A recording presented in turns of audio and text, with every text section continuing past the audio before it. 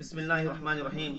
आजकल व्हाट्सअप का ज़माना चल रहा है, सोशल मीडिया का ज़माना चल रहा है।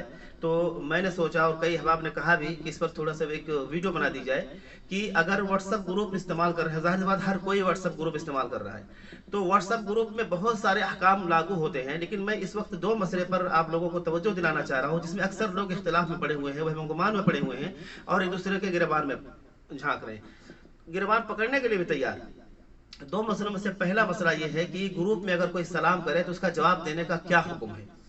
तो मैंने बहुत हदीसों को गगाला और मुफ्तियान कराम के फतवे को भी देखा, तो उसमें यही लिखा है कि अगर कोई सलाम करे ग्रुप के अंदर और ग्रुप के तमाम साथियों को मुखातब करे तो उस वक्त ग्रुप के तमाम साथियों पर जवाब देना वाजिब है और लाजिम है। अगर जवाब नहीं दिया तो वो गुनहगार होगा और बाद में उसको तौबा इस्तिग़फ़ार करनी चाहिए। लेकिन जवाब देने के दो तरीके हैं।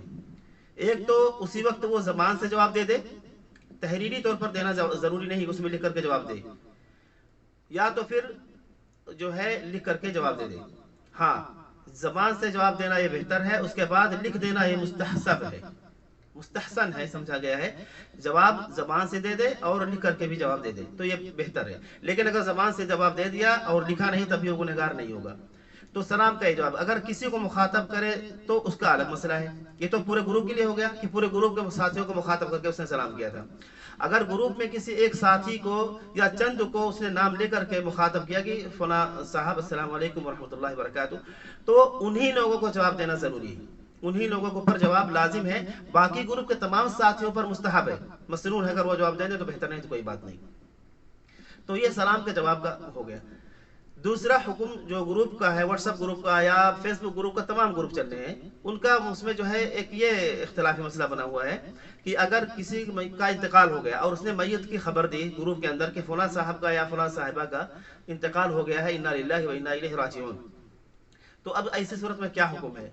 क्या सब के लिए इन्ना लिल्लाह लिखना जरूरी है या बोलना जरूरी है? तो ऐसी सूरत में ये मुफ्तियान किराम ने कहा है कि सब लोगों के लिए कह देना बेहतर है। जिस तरह सलाम का हुक्म था वैसे यहाँ पर तकरीबन है कि सब लोगों के लिए इन्ना, क्योंकि इन्ना लिल्लाह की बहुत ज्यादा फजीलतें वारिद हुई है, उसका सवाब ही सवाब है। चाहे आप बोल कर भेजें चाहे लिख करके भेजें, दोनों सूरतों में सवाब मिलेगा। और उसकी बहुत सारी दलीलें भी हैं, मैं दलील में नहीं जाऊंगा, लेकिन हाँ इतना कहूंगा कि अल्लाह के नबी ने जितने भी उमरा को और हुकाम को खत लिखा था तो उसमें बिस्मिल्लाहिर्रहमानिर्रहीम लिखा था। लिखने का सवाब भी होता है, बोलकर भी कह सकते हैं, लिख करके भी आप कह सकते हैं। तो इन्ना लिल्लाह लिख करके भी भेज सकते हैं और पढ़ करके बोल करके भी आप कह सकते हैं, दोनों सूरतों में सवाब होगा। और इसके और भी वो सारे अहकाम मसाले हैं, लेकिन मैंने शॉर्ट में समझाने की कोशिश की है। अगर किसी को और जो है जवाब की तलब होगी और ज़्यादा मुदल्लल चाहिए तो मुझसे रब्ता कर सकते हैं।